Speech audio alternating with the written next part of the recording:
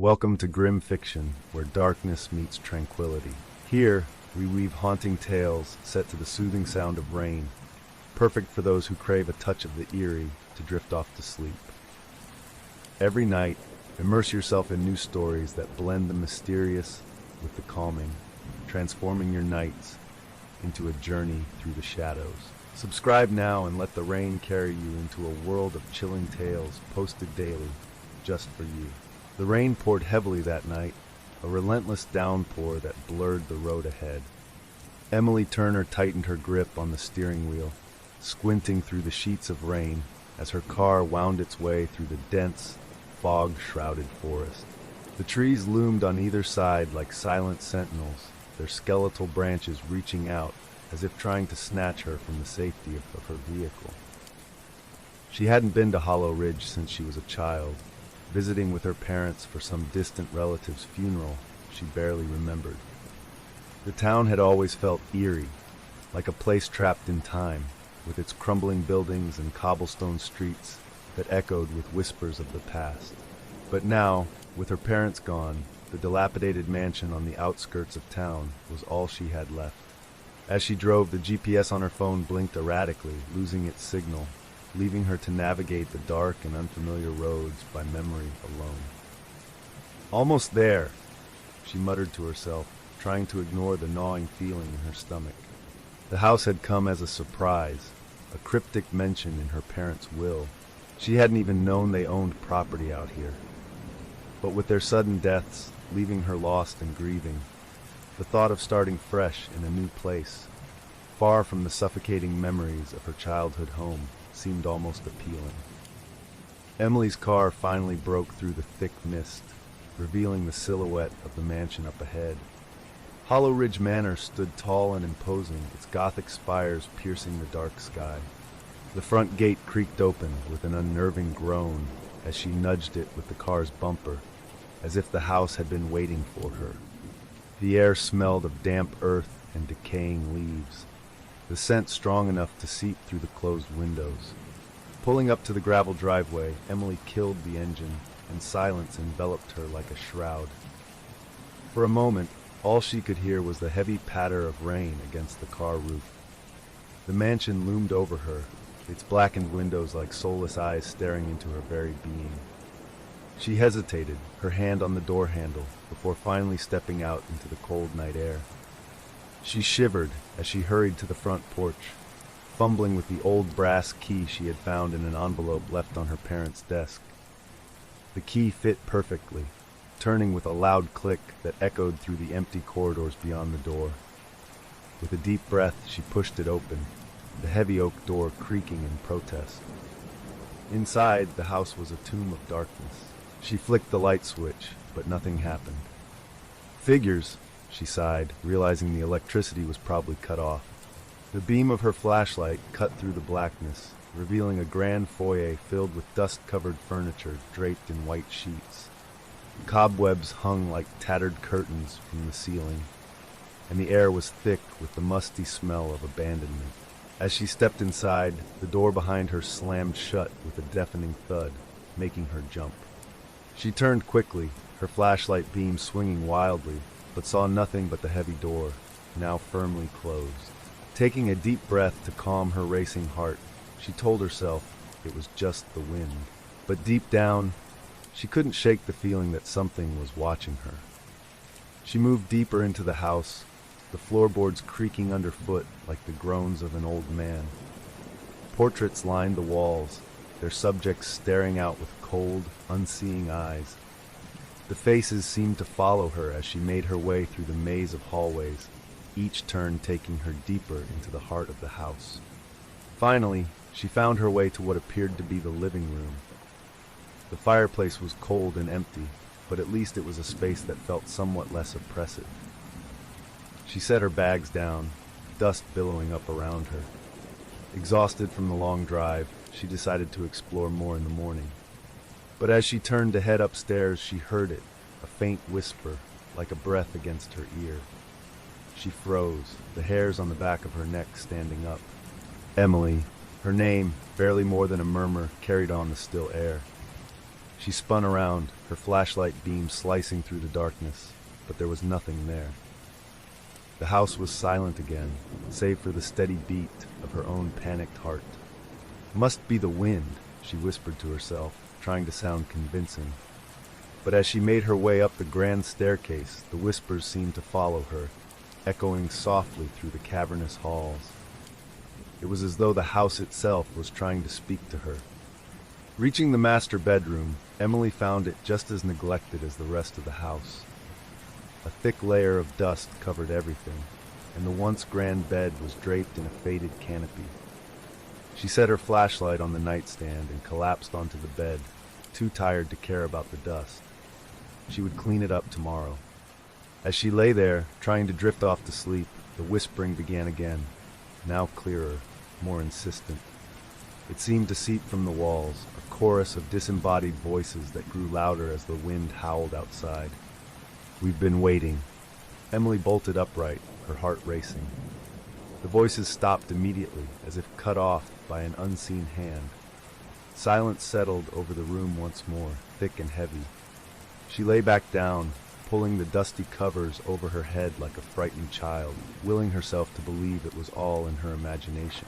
But the feeling of being watched never went away. And somewhere, deep in the bowels of the house, something shifted. The mansion, long dormant, was waking up. The morning light filtered weakly through the grime-coated windows, casting a sickly yellow glow over the dusty interior of the mansion. Emily woke with a start, her heart still pounding from the restless sleep that had been filled with strange, half-remembered dreams. She couldn't shake the feeling that something had been standing at the foot of her bed, watching her through the long hours of the night. She shook off the unsettling thoughts and tried to focus. Today was supposed to be the start of her new life here. The first order of business was getting the electricity and water running, so she could make the house at least somewhat livable. But as she padded down the grand staircase, her footsteps echoing in the vast emptiness, the events of the previous night nagged at her mind. The house felt different in the light of day, but not necessarily better. The shadows, though softer now, seemed to linger in the corners like dark stains that refused to be erased. Emily made her way into the kitchen, where she found an old fuse box mounted on the wall. After a few minutes of fiddling with it, she managed to restore power. The overhead lights flickered on, their dull glow casting a sickly light over the ancient countertops. Satisfied, she set about making herself a quick breakfast from the supplies she had brought along. But as she stood at the counter, a sudden sound cut through the silence, a soft, rhythmic tapping, like fingers drumming on wood. She turned, her eyes scanning the kitchen, but there was nothing there. The sound seemed to come from above, perhaps the attic or one of the upper rooms. Old houses make noises, she reminded herself, trying to sound calm. It's just settling. Still, the tapping continued intermittently, seeming to follow her as she moved through the house. It stopped only when she ventured into the large, dusty library. She had been curious about it since the moment she arrived. Its towering bookshelves and ancient tomes hinted at secrets long forgotten. As she walked deeper into the room, her fingers trailed along the spines of books that hadn't been touched in decades. One book caught her eye, its leather cover cracked and worn, with no title on the spine. She pulled it off the shelf, coughing as a cloud of dust erupted around her. Inside, the pages were filled with strange symbols and diagrams that made no sense to her. Some of the pages were torn out, and in the margins, someone had scribbled frantic notes. The voices grow louder each night. Emily's heart skipped a beat as she read the line. It was written in a shaky hand, as if the writer had been in a state of panic. She quickly closed the book, shoving it back onto the shelf, and tried to push down the rising sense of dread that clawed at her stomach. Determined to distract herself, she decided to start cleaning up the house. She dragged an old broom from the closet and set to work sweeping the foyer, humming a tune to keep herself company. But every now and then, she'd pause, convinced she heard something like the faintest whisper of a conversation coming from the walls. She couldn't make out the words, but there was a distinct tone, a low murmur that sent chills down her spine. By late afternoon, the house was still an overwhelming mess, but at least she had cleared a path through the layers of dust and cobwebs. Exhausted, she decided to take a break and explore the rest of the mansion. Perhaps fresh air from opening a few windows would dispel the eerie atmosphere that seemed to cling to her skin like a damp shroud. As she ventured into the west wing, the whispers returned, this time louder and more distinct. They were coming from behind a door at the end of a long, narrow hallway. The door itself was unlike any of the others in the house. It was thick, reinforced with iron bands, and looked completely out of place in the otherwise stately mansion. Taking a deep breath, Emily tried the handle, but it wouldn't budge. It was locked. The whispers on the other side grew more urgent, like multiple voices arguing, their words garbled and overlapping. Emily pressed her ear against the door, straining to catch even a hint of what they were saying. Then, without warning, the whispers stopped. The sudden silence was so jarring that Emily stumbled back, nearly dropping her flashlight. The hair on her arms stood on end, and a cold sweat broke out on her forehead. She turned to leave, intending to get as far away from that door as possible, but just as she did, she heard it again, a soft, breathy voice, so close it felt like it was right behind her ear. "Help us!" Emily spun around, her flashlight beam sweeping the darkened hallway, but she was alone. Her breath came in short, panicked gasps as she tried to calm herself down. "It's just the wind," she repeated under her breath. "Old houses make noises." But deep down, she knew it wasn't the wind. There was something trapped behind that door, something that desperately wanted out. Trying to shake off the fear, she hurried back to the kitchen. As she reached for her phone to call a locksmith, she noticed it had no signal again, despite having full bars earlier in the day. Frustrated, she set it down and tried to focus on the tasks at hand. The day wore on, and as the sun began to set, the mansion grew darker, the shadows in the corners lengthening like skeletal fingers. Emily was about to head upstairs to unpack when she noticed something strange on the floor near the staircase. She knelt down, brushing away the dust to reveal what looked like small circular burn marks etched into the wood. Her mind raced as she tried to make sense of it. They weren't there when she first arrived. She was sure of it. It was as if they had appeared out of nowhere. As she touched one of the marks, a sudden jolt of icy cold shot up her arm, making her gasp. The lights in the house flickered, and for a moment the whispers returned, louder than ever, filling her ears with a cacophony of unintelligible voices. She clapped her hands over her ears, stumbling back against the wall, her mind reeling. And then, just as suddenly as they had come, the voices stopped. The lights steadied, the house falling into a heavy, oppressive silence. Emily stood there, shaking, the air around her so cold she could see her breath. Taking a deep, shuddering breath, she forced herself to move, heading upstairs to the relative safety of her bedroom. She needed to get some sleep, to clear her mind. This house was just playing tricks on her, she told herself. But as she lay in bed, staring up at the dark ceiling, she couldn't shake the feeling that she was being watched.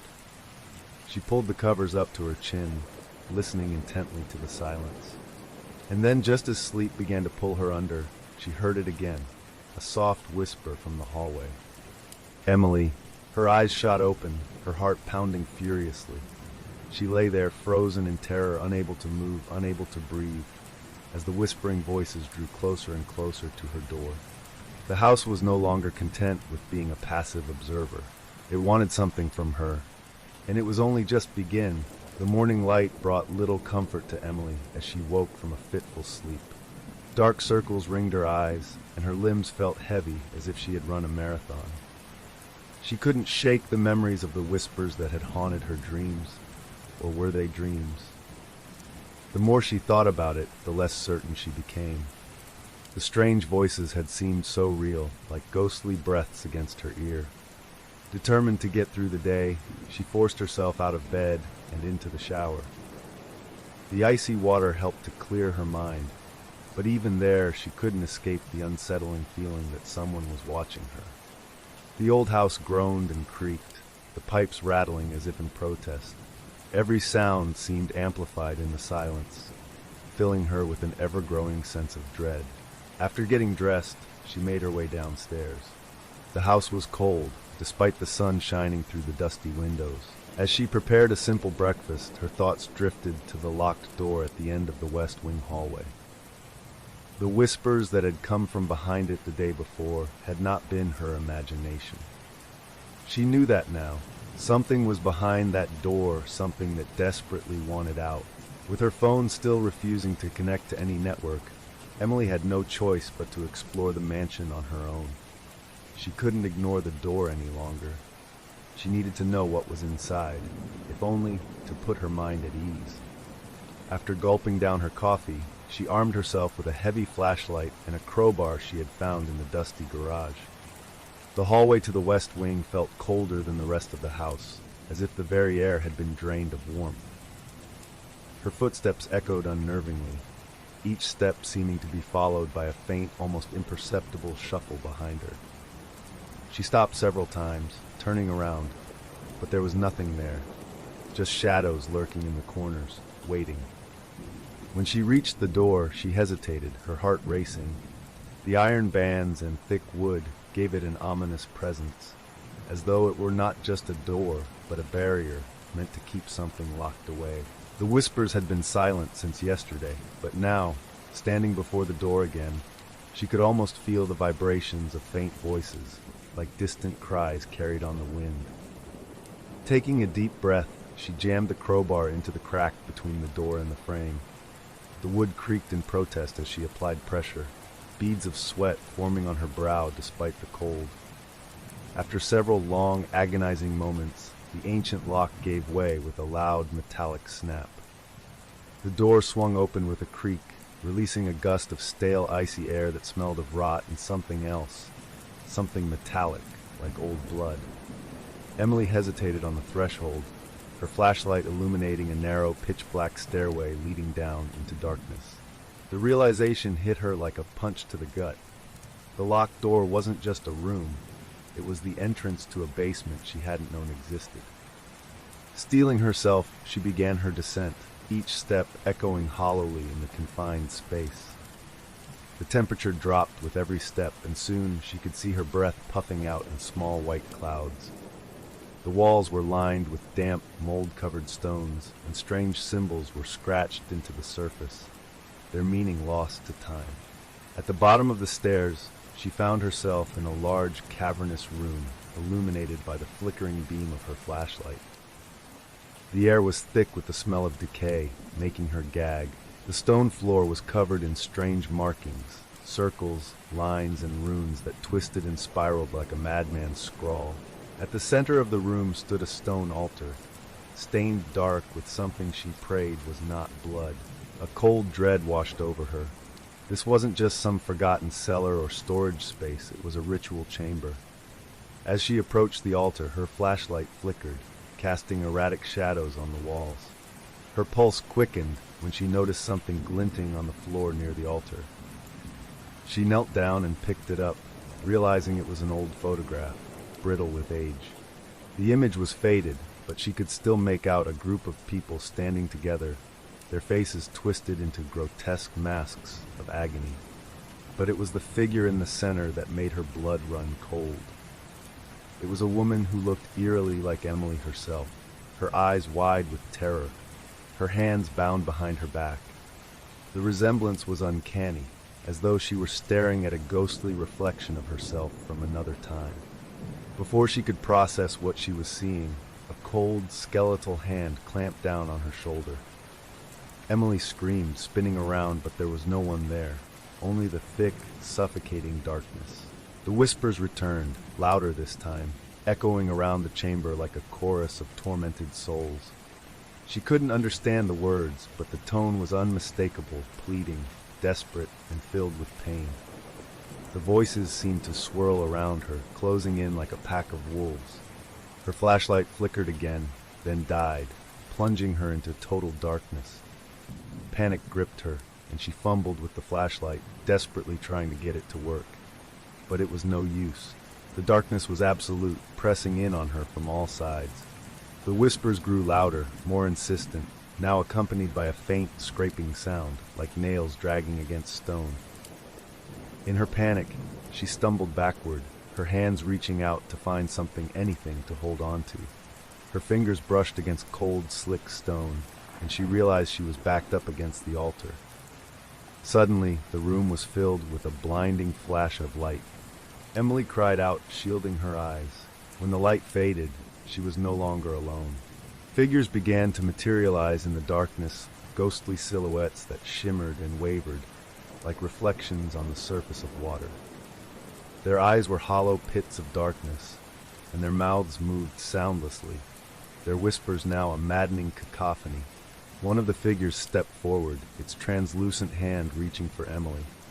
She tried to move, but her body was frozen in place, paralyzed by fear.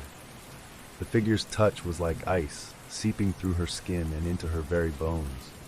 "Free us!" the figure whispered, its voice a hoarse rasp that sent chills down her spine.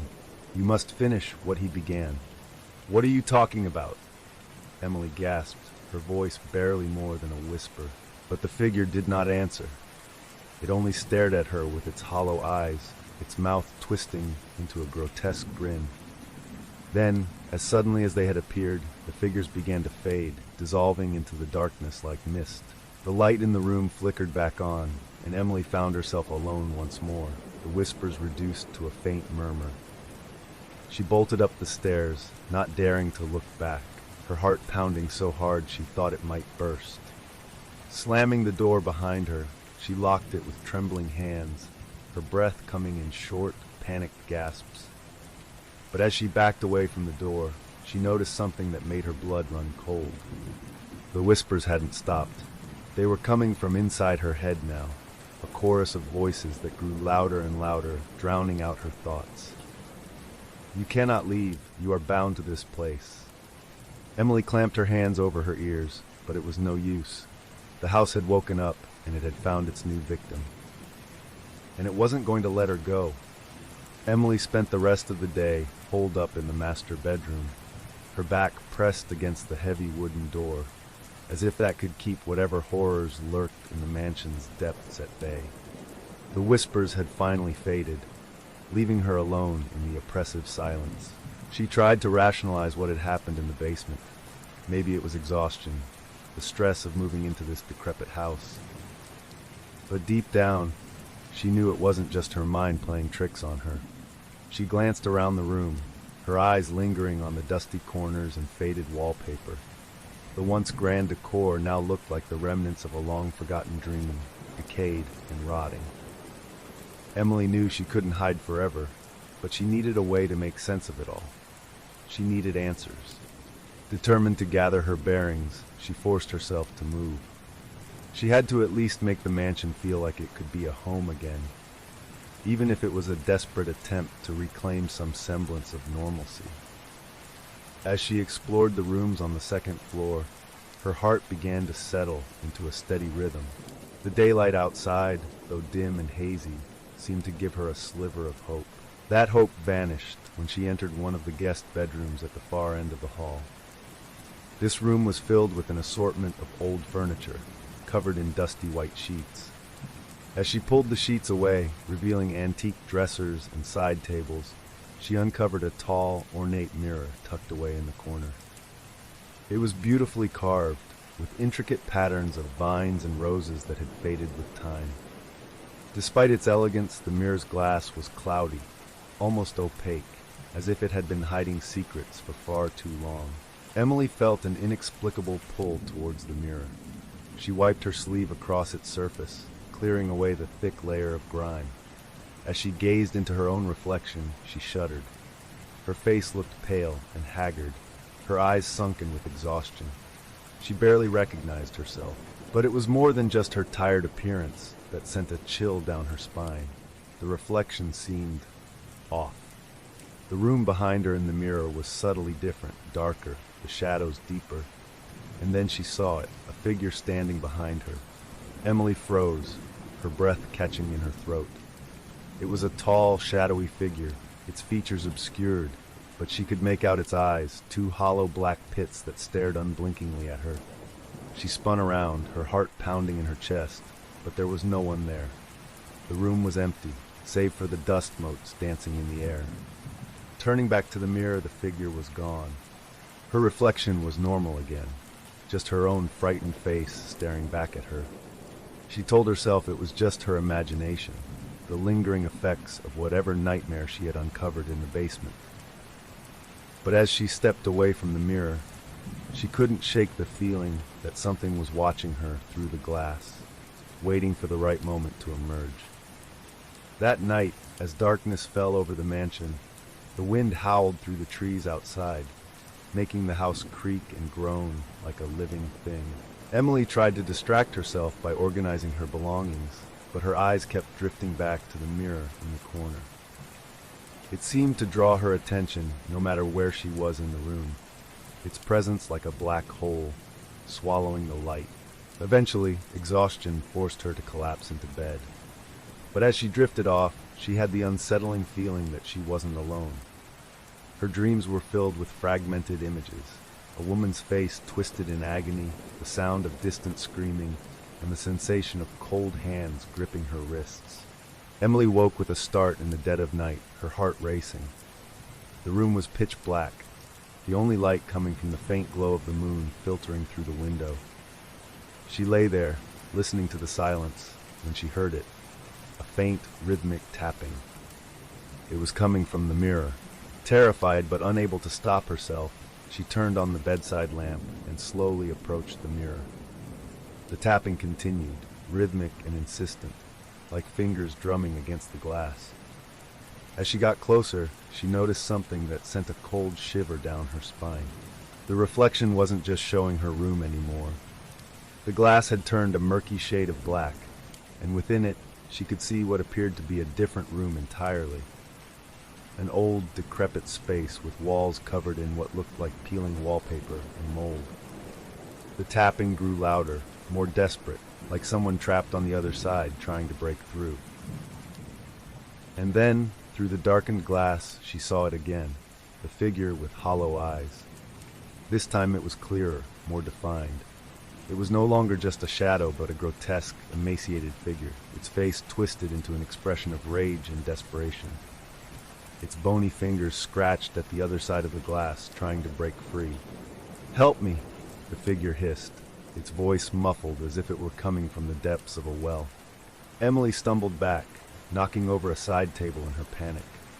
The mirror rattled but did not shatter.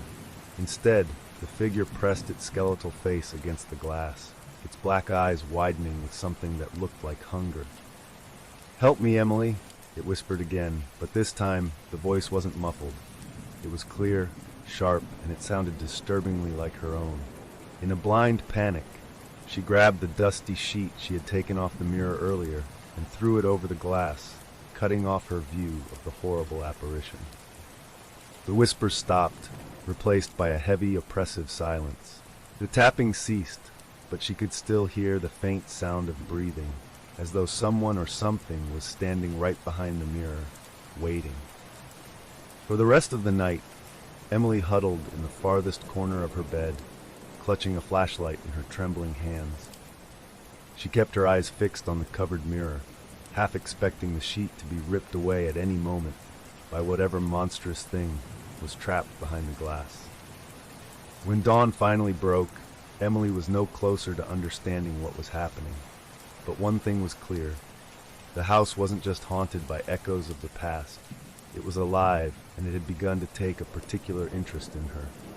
As the sun rose, casting weak light into her room, Emily dared to approach the covered mirror. Her hands trembled as she slowly pulled the sheet away, expecting the worst. But when the mirror came into view, all she saw was her own reflection staring back at her, wide-eyed and pale. Trying to convince herself it was over, that it was just a nightmare brought on by exhaustion, she turned away. But as she left the room, she couldn't help but glance back one last time. In the mirror, her reflection was still staring at her, but it didn't move. It just stood there, grinning. And behind it, In the depths of the darkened glass, the hollow-eyed figure was still there, waiting. The morning light did little to dispel the dread that clung to Emily like a second skin. Her dreams had been a tangled mess of shadows and whispered voices, leaving her more exhausted than when she had gone to bed. Every sound in the old mansion, the creaking of floorboards, the groaning pipes, seemed amplified, making her flinch at the slightest noise. She had managed to cover the mirror in her bedroom once more, but the memory of that leering grin and the hollow-eyed figure stayed with her, gnawing at her sanity. Emily knew she had to get to the bottom of whatever was happening in this house, or she would lose her mind. After the terrifying events of the previous night, she decided to search the mansion for anything that might explain what was happening. There had to be a reason her parents had kept this place hidden, something buried in its walls that they had been too afraid to speak of. With a grim determination, Emily made her way to the attic, the one place she had yet to explore thoroughly. The attic door groaned loudly as she pushed it open, a blast of cold, musty air hitting her in the face.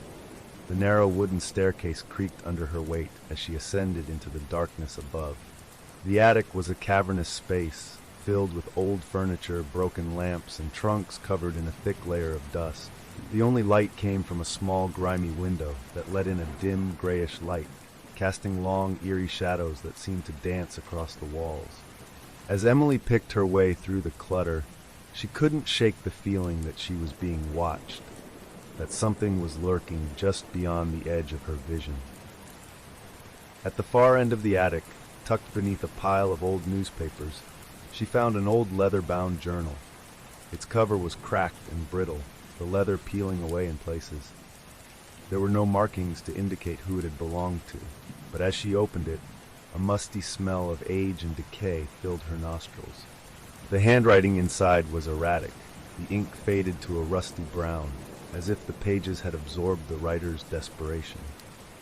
The entries were dated nearly a century ago, and as Emily flipped through the pages, she quickly realized this journal had belonged to Victor Holloway, the original owner of the mansion.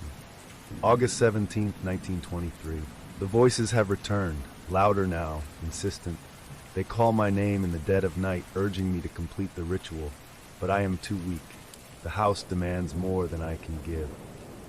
Emily's heart raced as she read the words. They echoed her own experiences, the whispers that seemed to follow her through the house, growing louder and more urgent with each passing day. September 3rd, 1923. The children's laughter haunts me. I see them in the corners of my vision, their eyes hollow, their faces twisted with glee. They are not children anymore, but shadows of what they once were. I have made a grave mistake. Emily shivered. The mention of children's laughter sent a chill through her. She had heard those faint giggles herself, echoing through the halls at night. She turned the page, her hands shaking as she read on. October 9th, 1923. I have tried to resist, but the house has taken hold of me. It demands sacrifice blood to keep it satisfied. I have no choice. Tonight, I will do what must be done to keep the voices at bay, if only for a short while. God forgive me. Her blood ran cold. The basement room she had discovered flashed in her mind, the strange markings, the bloodstains on the altar. Had Victor conducted some kind of ritual there? The journal seemed to confirm her worst fears. Whatever haunted this house had been awakened by rituals performed in desperation, and now it was trying to ensnare her. The next entry was short and written in a shaky hand, as if Victor had been writing in a state of panic. October 31st, 1923. I can hear them outside my door. They are coming for me. The shadows, they are alive. They whisper my sins, and I cannot escape. I am theirs now, bound to this cursed place for eternity. To whoever finds this, do not trust the house. It will consume you as it has consumed me. Burn it, destroy it before it is too late. Emily's breath caught in her throat. She snapped the journal shut, her mind racing. Burn the house? Was that truly the only way to stop whatever malevolent force was trapped here? But the thought of setting the place ablaze filled her with a deep, inexplicable dread, as if the house itself were warning her against it. Clutching the journal to her chest, she made her way back downstairs. The air in the mansion felt heavier now, charged with a malevolent energy. She could feel it pressing down on her, a suffocating presence that seemed to seep into her very bones. The house was waking up, and it knew she was getting closer to its secrets. As she reached the ground floor, she heard it again, children's laughter, faint but distinct. The sound sent a chill down her spine. It was coming from the direction of the grand library she had explored earlier. Steeling herself, Emily made her way toward the source of the laughter. The library was dark, the heavy drapes blocking out what little light remained from the dying afternoon sun. She flicked on her flashlight, the beam cutting through the darkness, illuminating the rows of dusty bookshelves. The laughter stopped abruptly as she entered the room, replaced by a soft, rhythmic tapping. The sound was coming from the far corner of the library, where the bookshelves were densely packed with ancient tomes. She moved toward the sound, her flashlight trembling in her hand. There, on a low shelf, she noticed a book that seemed out of place. Unlike the others, its spine was pristine, as if it had been untouched by time. She pulled it from the shelf, and as she did, a hidden compartment behind the bookcase clicked open with a soft hiss. Inside the compartment, she found a bundle of yellowed papers tied together with a black ribbon. They appeared to be letters, all addressed to Victor Holloway. But as she unfolded one, she realized they were not letters of correspondence, but rather desperate pleas. "Please, Victor, stop whatever you are doing. The house is alive. I can hear it calling for me at night. The others are gone, taken by the shadows. I fear I am next. God save us all." Emily's hands shook so badly she could barely hold the letters. The house had driven its previous occupants to madness, trapping them in a cycle of fear and despair. And now it had set its sights on her. The tapping started again, louder this time, coming from directly behind her. She turned slowly, her heart hammering in her chest. There, in the corner, stood a figure she recognized all too well, her own reflection from the mirror, grinning that same horrible grin. It was no longer confined to the glass, it was here, in the flesh. The figure's eyes were black pits, voids that seemed to suck the light from the room. Its grin widened impossibly, splitting its face in half. "Welcome home, Emily," it said in her voice, the sound twisted and mocking. "You cannot escape. You are bound to us now." Emily stumbled back, the journal slipping from her hands. The letters scattered across the floor as she turned and fled, the figure's laughter echoing behind her. As she sprinted through the dark hallways of the mansion, the whispers swelled into a deafening roar.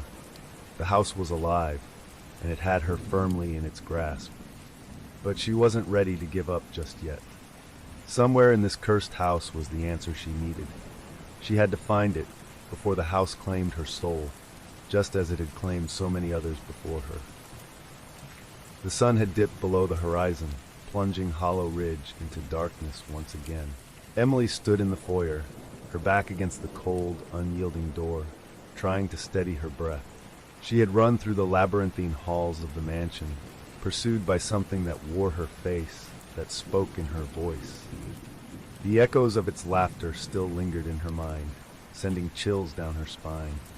With trembling hands, she slid the deadbolt into place, not that she believed it would keep the horrors of this house at bay. The mansion was no ordinary structure. It was alive, breathing, its very walls pulsing with a dark, sinister energy that she could almost feel under her skin. She had to think. She needed a plan. Victor Holloway's journal had made one thing clear. Whatever evil had taken root here had grown stronger through years of blood sacrifices and twisted rituals. But the entries were cryptic, hinting at something more ancient, something that predated even the mansion itself. Emily needed more answers if she had any hope of escaping this nightmare. Forcing herself to move, she headed toward the library. It seemed to be the epicenter of the house's strange energy, a place where the veil between reality and whatever dark realm the house was connected to felt thinnest. As she made her way down the dimly lit corridor, she could hear faint whispers and the soft creaking of floorboards beneath her feet. It was as if the mansion was reacting to her presence, growing agitated by her defiance. The library door creaked open, revealing rows of towering bookshelves that seemed to stretch into darkness. The smell of old leather, dust, and something far more acrid filled the air. Emily approached the hidden compartment where she had found Victor's letters earlier, hoping she had missed anything that could provide a clue. As she rifled through the scattered papers, the air around her grew colder, the temperature plummeting so rapidly that her breath formed in white puffs before her face. She froze, her eyes darting toward the far corner of the room. There, half shrouded in shadow, was a figure. It was tall and thin, almost skeletal, its limbs too long and gangly to be human. Its eyes were hollow pits of darkness, like the figure she had seen in the mirror, but this one felt more real, more solid. It watched her with an unnatural stillness, the kind that only something inhuman could possess. Emily's heart pounded in her chest. She tried to back away, but the figure moved with a sudden, jerky motion, crossing the room in a series of unnatural, disjointed steps. The air grew heavy, pressing in on her lungs like an invisible weight. She stumbled, reaching blindly for anything that could serve as a weapon. Her fingers closed around an ornate letter opener lying on the desk. As the creature lunged, she swung wildly, the blade passing through it as if it were made of smoke. The wraith-like figure let out a guttural hiss, its eyes glowing with a malevolent light. "You cannot escape us," it rasped, its voice like the sound of dry leaves scraping across stone. "You belong to the house now." Emily's mind raced. She had to get away, but where could she go? The house was a maze, each corridor seeming to twist and shift, leading her deeper into its clutches. She turned and sprinted toward the door, but it slammed shut before she could reach it, trapping her inside the library with the creature. Desperate, she darted behind one of the massive bookshelves, her mind racing through everything she had read in Victor's journal. There had to be something she could use. Then she remembered. One of the entries had mentioned symbols of protection, wards that could hold back the shadows. She just needed to find them.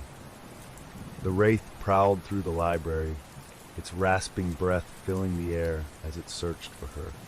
Emily's hands shook as she frantically pulled books from the shelves, tossing them aside. Finally she found it, a thick, dusty tome filled with arcane symbols. The pages were brittle and smelled of decay, but she flipped through them feverishly, searching for the symbol Victor had drawn. Outside the library, a violent storm had begun. The wind howled through the broken windows, rain lashing against the walls like a torrent of angry whispers. The house groaned in response, its very foundations seeming to tremble with the force of the storm. The creature drew closer, its dark form slithering between the shelves like a serpent. Emily's eyes fell on a page depicting a protective sigil, accompanied by a rushed scrawl in Victor's handwriting. "Inscribe this on the ground with salt. It will hold the darkness at bay, but only for a time." Without wasting a second, she dug into her pockets, praying she still had the small vial of salt she had grabbed from the kitchen earlier. Her fingers closed around it, and she let out a breath she didn't realize she had been holding. The wraith was nearly upon her, its hollow eyes gleaming with malice. Emily poured the salt in a shaky circle around herself, her hands trembling as she traced the symbol from the book onto the ground. The moment the circle was complete, the air around her seemed to shimmer. The wraith let out an ear-piercing scream, recoiling as if it had been struck. Its form flickered, becoming less solid, like a shadow losing its substance. The creature raged, clawing at the invisible barrier, but it couldn't penetrate the circle. Emily stood in the center, her breath coming in ragged gasps, her heart pounding so loudly it drowned out the storm outside. For a moment, she thought she was safe. But then, the whispers returned, louder than before, as if the house itself was furious. The books on the shelves began to shake, some flying off and crashing to the ground. The walls seemed to pulse, the ancient wood groaning as if something was trying to break free. Emily's relief was short-lived. The wraith outside the circle was no longer alone. Dark shapes began to coalesce in the shadows, more figures, their hollow eyes staring hungrily at her. The protective circle trembled as the wraiths pressed against it, their whispers blending into a cacophony of madness. "You cannot keep us out forever," one of them hissed. "We are bound to this place, as are you." Emily's mind raced. The circle was weakening, the salt line dissolving under the relentless onslaught. She needed a way out, but the only exit was blocked by the wraiths. Her eyes darted to the book in her hands, hoping for a clue, a spell, anything that could buy her more time. Then she saw it, a passage scrawled hastily in the margins, almost illegible. "The house is a prison, a gateway. It feeds on fear, on despair. The mirror is the key. Break it, and you sever the bond." The mirror, the cursed thing in her bedroom. That was the link holding this nightmare together. If she could destroy it, maybe she could stop the house from consuming her. But getting there was another matter entirely. Summoning every ounce of courage she had left, Emily took a deep breath and made a decision. The circle wouldn't hold for much longer. She had to make a run for it. She kicked through the weakening salt barrier and sprinted toward the door, the wraiths shrieking in fury as they lunged after her. The storm outside intensified, the wind battering the house like a wild animal trying to tear it apart. Emily's heart pounded in her ears as she raced down the hallway, dodging grasping shadows that clawed at her from the walls. She reached the staircase, practically throwing herself up the steps 2 at a time. The whispers grew louder, screaming now, as if the house itself were furious that she was slipping through its grasp. The moment she reached her bedroom door, she slammed into it, forcing it open. The mirror stood in the corner, covered by the sheet. Without hesitating, Emily ripped the cover off. Her reflection stared back at her, grinning that terrible grin. Behind her reflection, the hollow-eyed figure loomed, its skeletal hand reaching toward her. "Break it!" Emily screamed to herself, grabbing the nearest heavy object, a brass candlestick. She swung with all her strength, smashing the mirror into 1,000 shards. As the glass shattered, the air in the room exploded with a deafening scream, the sound so intense it made her ears bleed. The house shuddered, the walls cracking as if it were being torn apart from the inside. The wraith's shrieks turned to howls of agony as they dissolved into wisps of smoke. And then there was silence. Emily collapsed to her knees, surrounded by broken glass. The house had fallen eerily still. She took a shaky breath, tears streaming down her face as she tried to process what had just happened. But as she looked at the shards of the shattered mirror, her heart sank. In each fragment, her reflection still stared back at her, grinning. The house wasn't done with her yet. Emily lay on the cold, hardwood floor of her bedroom, surrounded by the shards of the broken mirror, her breath coming in shallow, ragged gasps. The silence that had followed the shattering of the mirror was heavy and unnatural, as if the entire house were holding its breath. For a moment, she allowed herself to hope that it was truly over, that destroying the mirror had severed whatever bond the house held over her. But deep down, she knew it wasn't that simple. The fragments of glass scattered around her still reflected distorted, grinning images of herself, each one twisting and shifting as if alive. She scrambled to her feet, refusing to look at the shards for more than a moment, afraid of what she might see. The oppressive atmosphere in the house seemed to ease ever so slightly, as if it were regrouping, waiting for its next move. She didn't have much time. She needed to figure out what was happening, and quickly. Victor's journal had hinted that the mansion thrived on fear and despair, that it was a prison for souls, but she still didn't understand how or why. As she stood there trying to collect her thoughts, she heard it. The faint, unmistakable sound of children's laughter, echoing through the hallways like the soft tinkling of bells. It was faint at first, almost imperceptible, but it grew louder, more distinct, like a chorus of giggles coming from every direction. Emily's blood ran cold.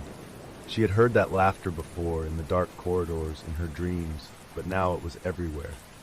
She turned in circles, her eyes darting to the door, the windows, the shadows in the corners of the room. But there was no one there, just the echoing sound of unseen children playing, giggling, whispering her name. "Emily, come play with us, come find us." Her heart pounded as the voices grew louder, more insistent, like the taunting chants of school children on a playground. The sound was coming from downstairs, drifting up from the foyer like a siren's call. She knew she should stay put, barricade herself in her room, and wait for daylight, but something inside her urged her to follow. The children's voices seemed to carry a different tone, now not just playful, but pleading, desperate. There was something heartbreaking in the way they called out to her, their voices layered with an underlying sorrow. "Help us, please." Emily's resolve crumbled. Whatever haunted this house was tormenting the souls of children, and she couldn't just ignore it. Gathering her courage, she grabbed her flashlight, her hands shaking as she tightened her grip. She slowly made her way out of the bedroom and down the hallway, her footsteps almost silent on the threadbare carpet. The mansion was pitch black, the storm outside having swallowed the moonlight entirely. The only light came from the beam of her flashlight, which seemed to barely penetrate the darkness. As she descended the grand staircase, the laughter grew louder, filling the vast, cavernous space of the foyer. She paused at the base of the stairs, turning in a slow circle, trying to pinpoint the source of the voices. The house seemed to pulse around her, the very walls vibrating with energy. The laughter shifted, growing softer, more distant, as if the children were leading her deeper into the mansion. They were drawing her toward the west wing, the part of the house that she had come to dread the most. It was where the locked door had led to the ritual chamber beneath the mansion, where she had first encountered the horrors that seemed to be stalking her. But now, it seemed the children wanted her to go even further. "Down here, Emily, this way, help us." The voices were coming from behind another door she had never noticed before. It was small, almost hidden, tucked away at the far end of the west wing corridor. Unlike the other doors in the house, this one looked newer, its wood unmarked by time. A chill ran down her spine as she approached it, the children's voices growing softer, more urgent. Her fingers trembled as she reached for the handle. It turned easily, the door swinging open without a sound, revealing a narrow staircase that spiraled down into darkness. A blast of cold, stale air hit her, carrying with it the faint scent of decay. Emily hesitated.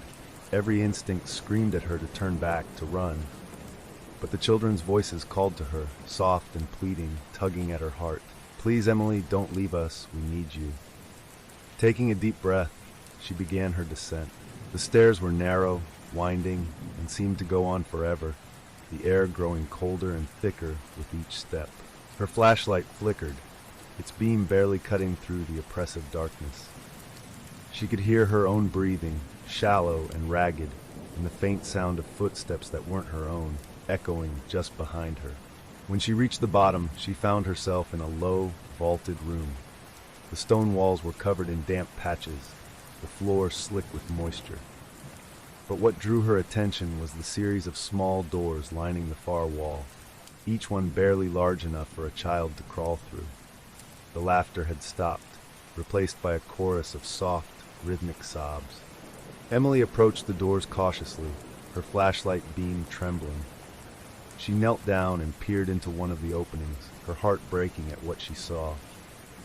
Inside was the huddled form of a child, its face buried in its hands, its shoulders shaking with silent sobs. The child's skin was pale, almost translucent, its hair a tangled mess of dark strands. Hey, it's okay," Emily whispered, her voice shaking. "I'm here to help you." The child slowly raised its head, revealing hollow, black eyes that seemed to suck in the light. Its mouth twisted into a grin that split its face, showing rows of needle-like teeth. "Play with us," it whispered in a voice that was not a child's but a harsh, guttural rasp. Emily stumbled back, horror clawing at her throat, as the other small doors creaked open, revealing more of the pale, hollow-eyed children crawling out, their movements jerky and unnatural. They swarmed toward her, their laughter turning into a chorus of shrill, mocking screams. Desperate, she backed away, but the children moved faster, their skeletal hands reaching for her.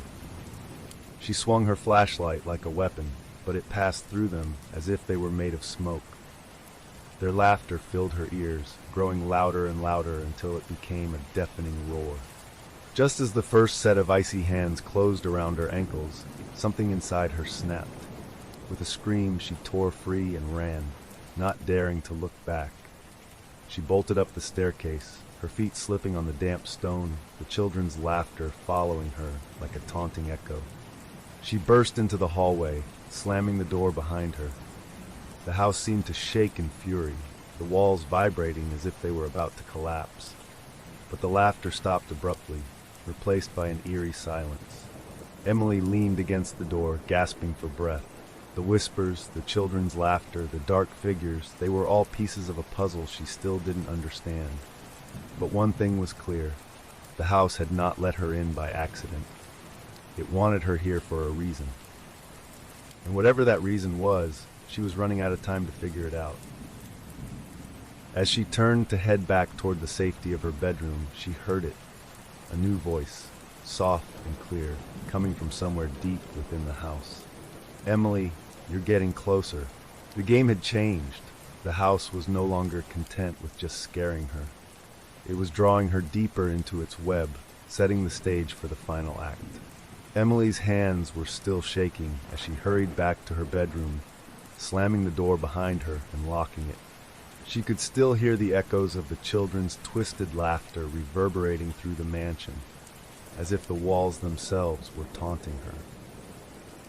Leaning against the door, she struggled to catch her breath. How much more of this could she take? How much longer before the house finally broke her?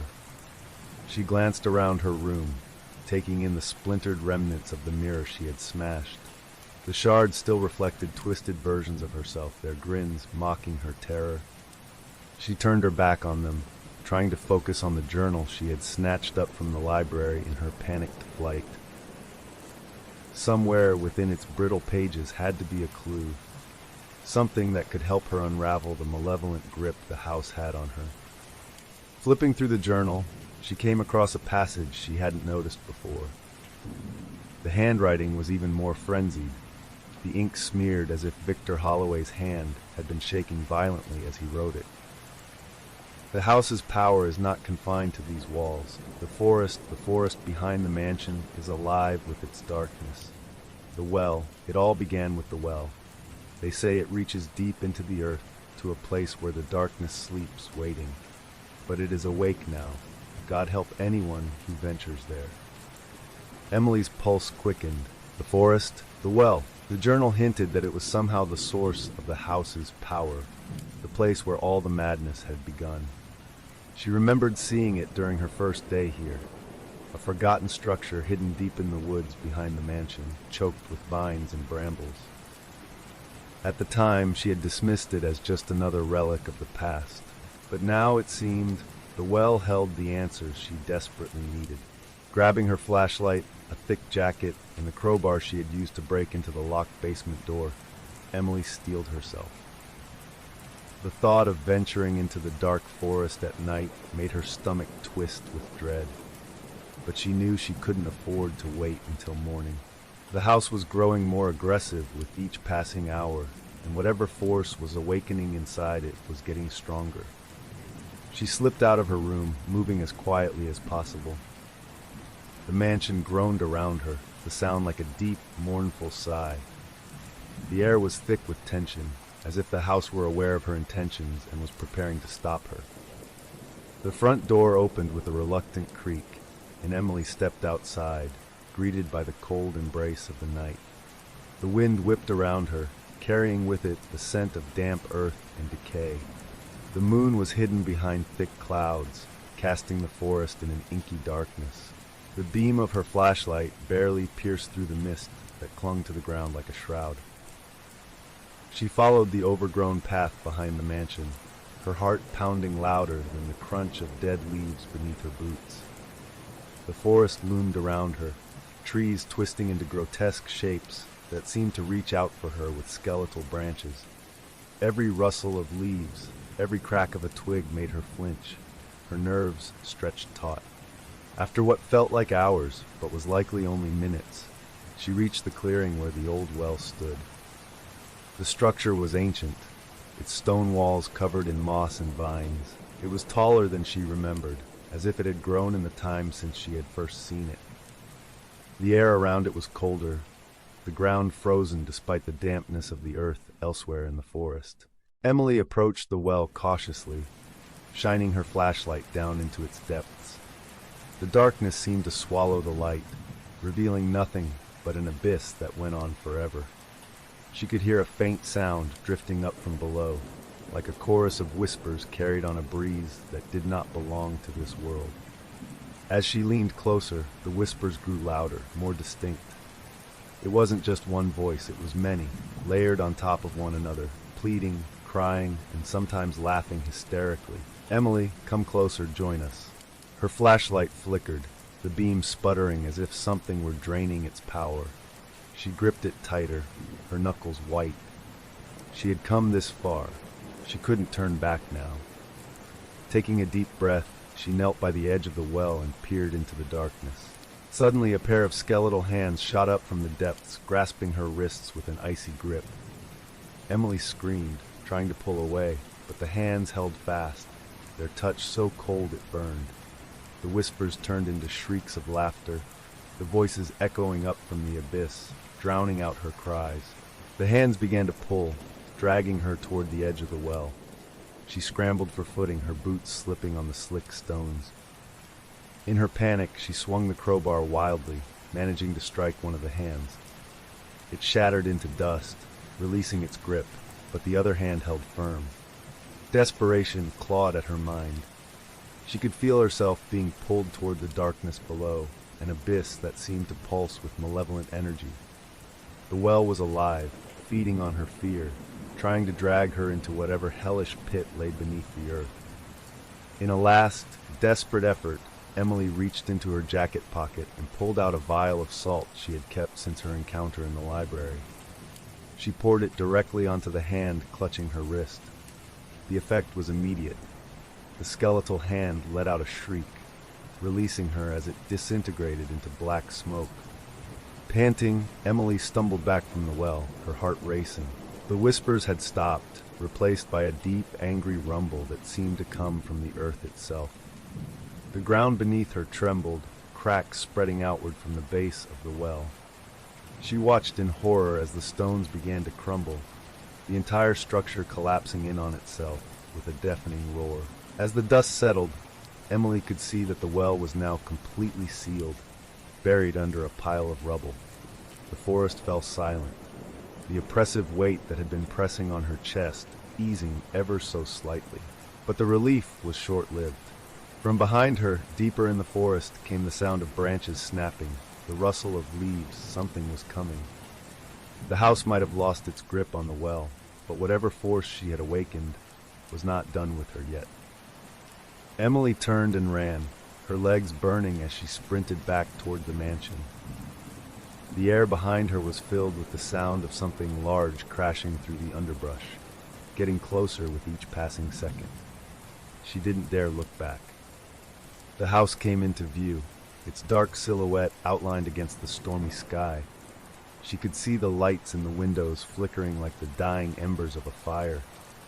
Whatever she had done by disturbing the well had angered the house, and it was preparing to unleash its full fury on her. Bursting through the front door, she slammed it shut, the echo reverberating through the mansion. The entire house seemed to groan in protest, as if it were trying to expel her. The whispers returned, louder now, filling every corner of the room. "You cannot escape us, Emily. The house will have you." Exhausted and terrified, Emily knew she had only one option left. She had to find the source of the house's power and destroy it once and for all. Whatever lay at the heart of this nightmare was still hidden somewhere within the twisted halls of the mansion. And now, she was running out of time. The game had changed. The house was no longer playing tricks, it was fighting back, and it was determined to drag her down into darkness. But Emily was no longer just a victim. She was ready to fight back. The mansion was in chaos. The air thrummed with a feverish energy, like a beast that had been wounded and was now lashing out in its death throes. The walls trembled, and the lights flickered wildly, casting grotesque shadows that danced like phantoms across the cracked, decaying wallpaper. Emily's pulse hammered in her ears as she raced through the twisting corridors, the voices of the house whispering, cajoling, threatening her at every turn. She had barely made it back inside after fleeing the well, but she knew she couldn't rest yet. Whatever she had done out there had only enraged the house further. The oppressive presence she had felt since her first night here was no longer content with simply toying with her. It was coming for her with a vengeance. "Find the heart," she whispered to herself, her breath coming in ragged gasps. "I have to find the heart." Victor Holloway's journal had hinted at it, something deep within the mansion that acted as the source of its malevolent power. Destroy the heart, sever the connection, and maybe, just maybe, she could escape this nightmare alive. As she made her way deeper into the house, the air grew colder, the whispers louder. They seemed to come from all directions now, not just from the walls, but from the very floor beneath her feet. The house was trying to confuse her, turning corridors into dead ends, shifting the layout in subtle, maddening ways. She had to focus, had to keep moving forward. Then, as if by some cruel twist of fate, she found herself standing in front of a door she had desperately hoped never to see again.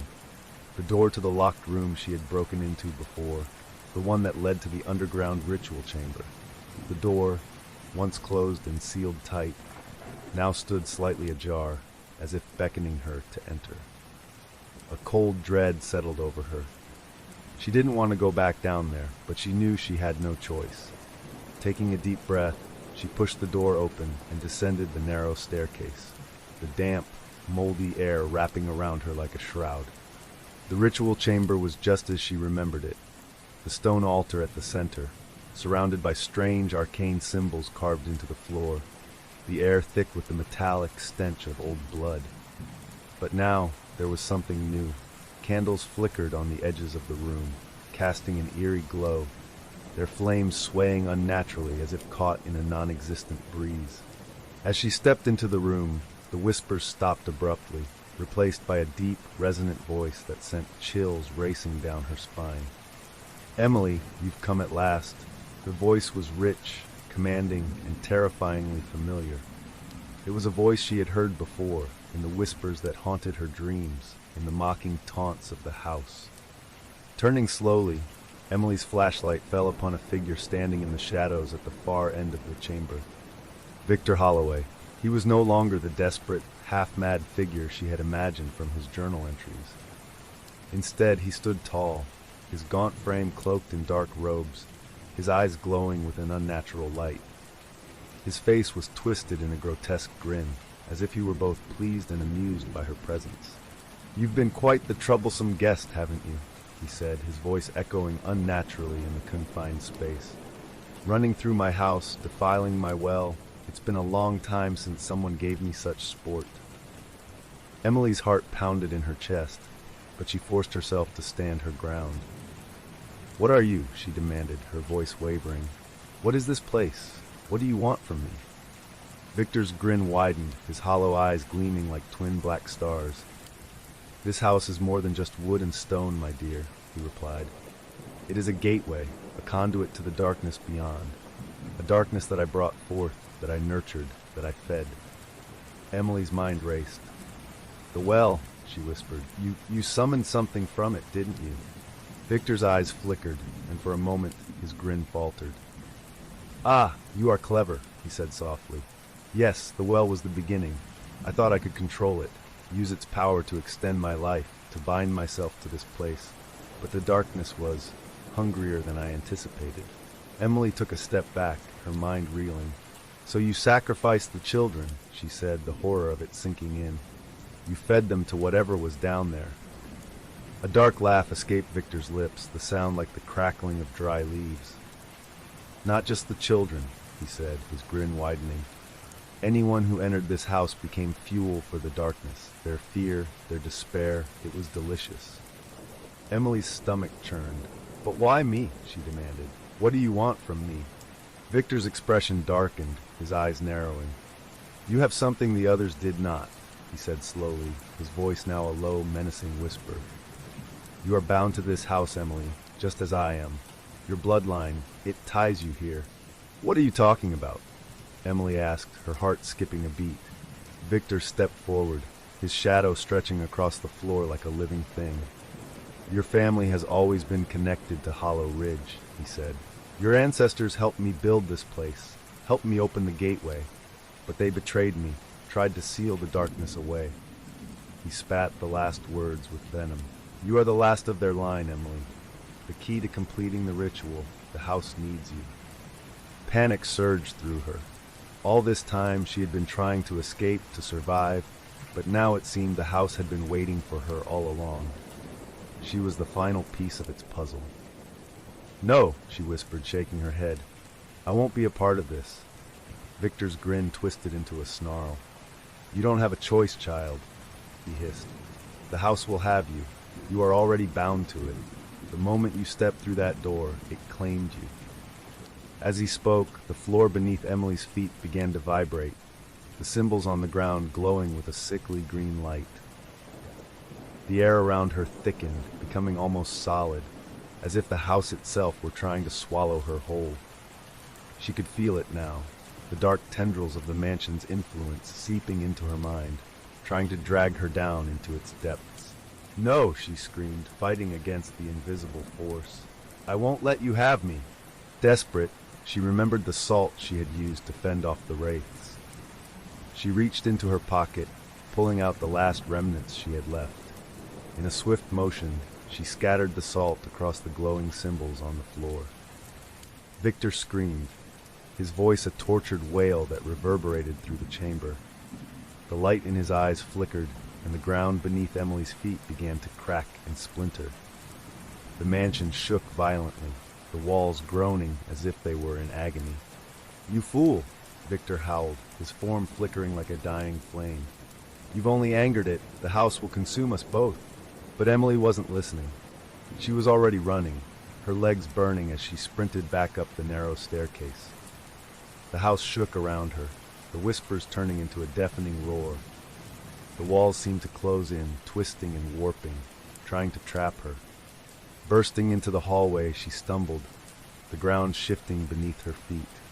She had to get to the heart, wherever it was, and destroy it before the house swallowed her alive.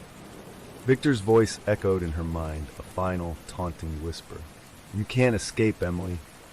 You were never meant to leave. The house will not let you go." But Emily was done running.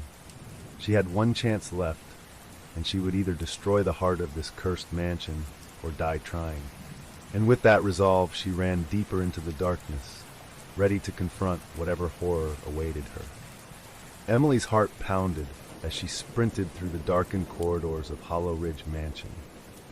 The house was in chaos, the walls warped and trembled, the floor beneath her feet buckling as if the very structure were trying to swallow her whole. Victor's voice echoed in her mind, mocking her, taunting her with promises of inescapable doom. But she pushed those thoughts aside. She couldn't afford to panic now, she was so close.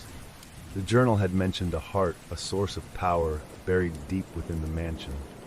If she could destroy it, she might finally break free of this nightmare. But where was it? The house was shifting around her, turning into a maddening labyrinth, doors opening into rooms that hadn't been there before, hallways that twisted back on themselves like a serpent eating its tail. The whispers had grown louder, more aggressive. They filled her ears with a cacophony of voices, some pleading, some screaming, and others laughing with a sinister glee. It was as if the souls trapped within these walls were fighting to break free, their fury adding to the house's frenzied energy. Emily had no choice but to trust her instincts. She let her feet carry her through the twisting corridors, down flights of stairs that seemed to spiral endlessly into the earth. The deeper she went, the more the air thickened, heavy with the scent of decay and rot. The flickering light of her flashlight barely penetrated the suffocating darkness, the beam casting wild, jittery shadows that seemed to dance mockingly at the edge of her vision. As she reached the lowest level of the mansion, the floor beneath her suddenly gave way, sending her crashing through rotting wood into a hidden room below. She landed hard, pain jolting through her side. Dazed, she struggled to her feet, her flashlight miraculously still intact. She found herself in a cavernous chamber far below the house. This was something she hadn't seen on any of the blueprints or floor plans. The room was enormous, its ceiling lost in shadows, the walls lined with ancient stone covered in strange, glowing symbols. And at the far end of the room, she saw it, a massive stone altar surrounded by a ring of dark, pulsating energy. The heart of the house. Her breath caught in her throat as she approached it. The altar was covered in dried blood, the dark stains creeping like veins across its surface. Strange artifacts littered the area, ritual knives, rotting bones, and tattered robes that looked centuries old. But it was the object on top of the altar that caught her eye. A large, blackened book, its pages fluttering as if stirred by an unseen wind. Emily's instincts screamed at her to stay away, but she knew this was it. The book seemed to throb with a dark energy, the same malevolence that she had felt throughout the mansion. It was the source of the whispers, the madness, and the house's unholy power. If she could destroy it, she might finally end this nightmare. As she reached for the book, a blast of cold air hit her, sending her stumbling back. The darkness at the edges of the room seemed to coalesce, forming into a familiar, twisted shape. Victor Holloway materialized before her, his gaunt figure wreathed in shadows, his eyes blazing with rage. "You think you can destroy what has been bound for centuries?" he snarled, his voice a thunderous roar that reverberated through the chamber. "You are nothing, Emily. You cannot break the pact." Emily's hands trembled, but she held her ground. "The house doesn't control me," she shot back, "and neither do you. I'm ending this." Victor's laugh was a chilling, hollow sound that seemed to vibrate through her bones. "Oh, but you are already bound to it, child," he hissed. "You, like me, are now a part of this place. You can't destroy what you are tied to." Emily's mind raced. She remembered Victor's journal entries, the cryptic references to rituals, blood sacrifices, and dark bargains. It dawned on her then the house didn't just feed on the souls of its victims. It bound them, turning them into guardians, wraiths like Victor, forever cursed to serve the darkness. But there had to be a way to sever that bond, a way to end this curse once and for all. Steeling herself, Emily darted toward the altar, her fingers closing around the ancient book.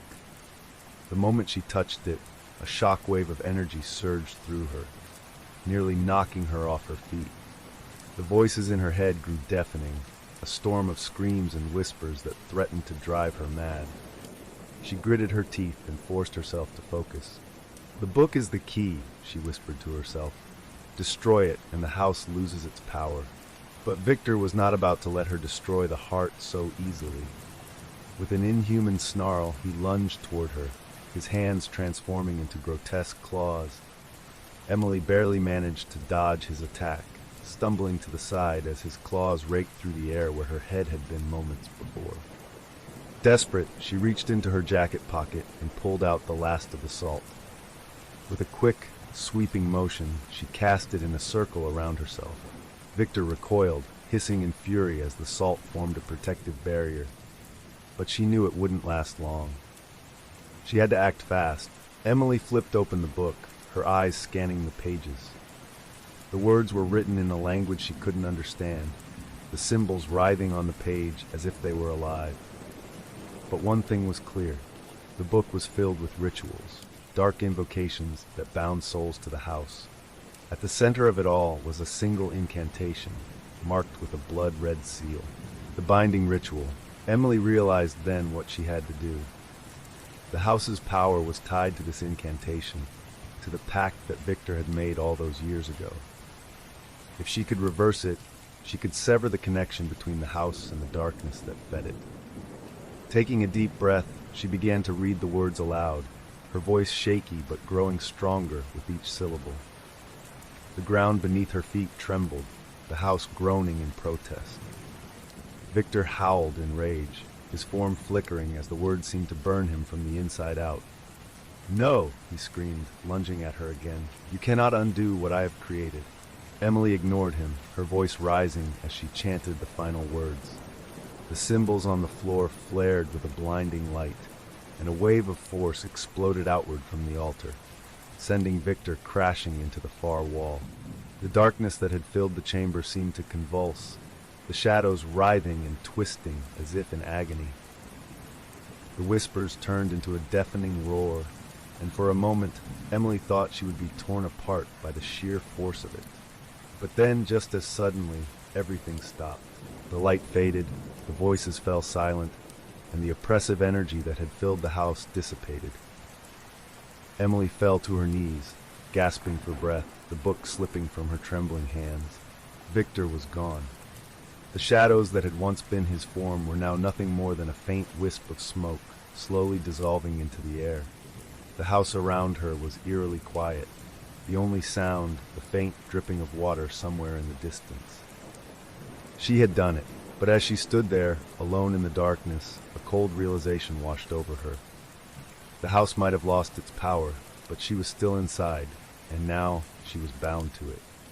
The mansion's doors creaked open somewhere above her, a soft, almost welcoming sound. It wasn't over. The house had claimed her as its own. And it was waiting. Emily's knees buckled, and she collapsed against the cold stone floor of the ritual chamber, her breath coming in ragged gasps.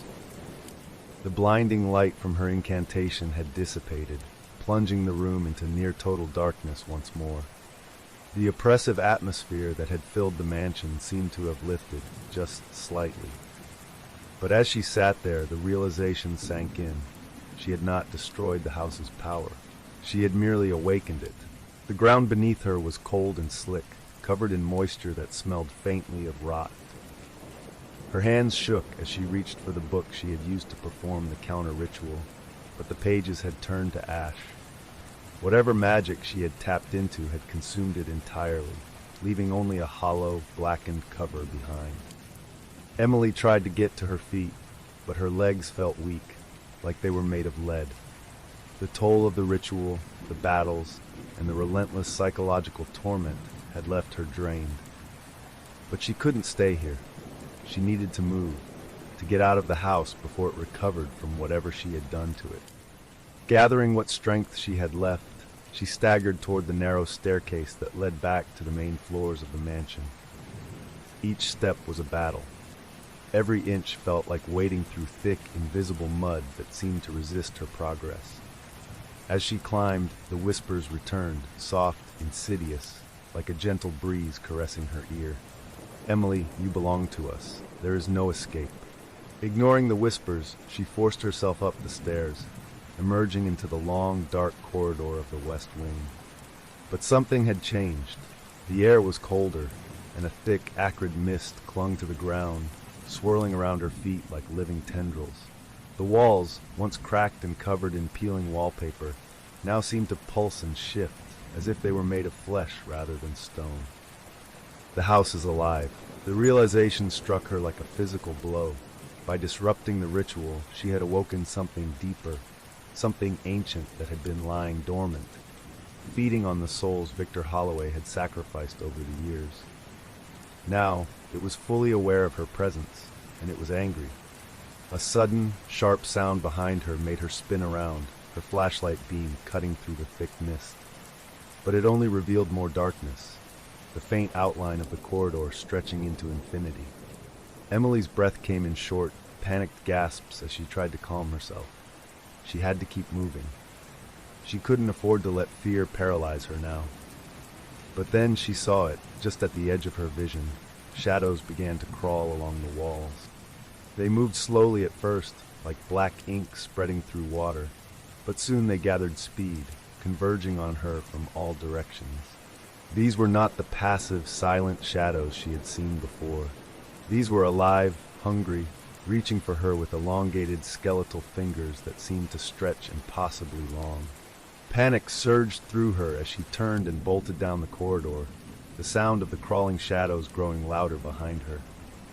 They skittered and scraped along the walls, the ceiling, the floor, like a swarm of insects closing in on their prey. The air was filled with a sickening, slithering sound that made her skin crawl. "Leave me alone," Emily screamed, her voice raw with terror. But the shadows only seemed to feed on her fear, growing thicker, darker, faster. She reached a fork in the hallway, her mind racing. She had no idea where she was anymore. The house had twisted its layout again, turning familiar corridors into an endless maze. But there was no time to think. She chose the left passage and ran, her legs burning with exhaustion. Suddenly, the floor beneath her buckled, and she stumbled, falling hard onto the cold, damp ground. The flashlight slipped from her grasp, rolling away and casting wild, erratic beams of light. Emily scrambled toward it, but the shadows surged forward, enveloping her legs in a freezing grip. They pulled at her, their touch like icy knives slicing into her skin. "No, no, no!" she screamed, kicking wildly, trying to free herself. But the shadows were relentless, their skeletal fingers digging into her flesh, pulling her back toward the darkness. In her panic, she remembered the salt she still had left. Fumbling with shaking hands, she reached into her pocket and scattered a handful of it onto the shadows clinging to her. The effect was immediate. The shadows recoiled with a collective shriek, releasing their grip on her. Emily scrambled to her feet, grabbing her flashlight just as the beam began to flicker. She could hear the shadows retreating, but they didn't go far. They hovered at the edges of the light, writhing and undulating, waiting for their chance to strike again. She had to find a place to hide, somewhere the shadows couldn't reach her. But where? The entire house was infested with them, the walls themselves oozing darkness like blood from a wound. As she ran, she spotted a door at the end of the hallway that she hadn't noticed before. It was slightly ajar, and a faint light flickered from within. Without thinking, Emily lunged for the door, throwing it open and slamming it shut behind her. The shadows hissed angrily, but they didn't follow. For a moment, there was silence. The room she had entered was small and cluttered, filled with dusty old furniture and stacks of forgotten books. But in the center of the room was something that sent a chill down her spine, a large, ornate mirror, identical to the one she had shattered in her bedroom. "No, not another one," she whispered, backing away from the glass. But as she did, the surface of the mirror began to ripple like water disturbed by a stone. And from within its depths, a familiar figure emerged. It was Victor Holloway, his form twisted and broken, his eyes glowing with a sickly green light, his mouth stretched into a grotesque grin, his face contorted with both rage and triumph. "You thought you could escape, Emily?" he taunted, his voice a low, malevolent growl. "The house owns you now. You are part of it, just as I am." Emily's heart pounded as she realized the truth. Destroying the book hadn't severed the house's connection to the darkness. It had only released Victor, allowing him to manifest fully within the mansion. Victor reached through the glass, his skeletal fingers elongating, reaching for her. In a desperate bid to protect herself, Emily grabbed a heavy brass candlestick from a nearby table and swung it with all her strength. The mirror shattered with a deafening crash, shards flying everywhere. But instead of dissipating, Victor's form began to seep from the broken glass, like black smoke pouring into the room. The shadows on the other side of the door began pounding against it, trying to break through. Emily was running out of options. Then she saw it, a symbol carved into the floor beneath the mirror, partially hidden by dust. It was the same protective sigil she had seen in Victor's journal, the one he had used to bind the darkness. In a flash of inspiration, she realized what she needed to do. She grabbed a piece of broken glass from the shattered mirror and, with trembling hands, traced the sigil into the floor with her own blood.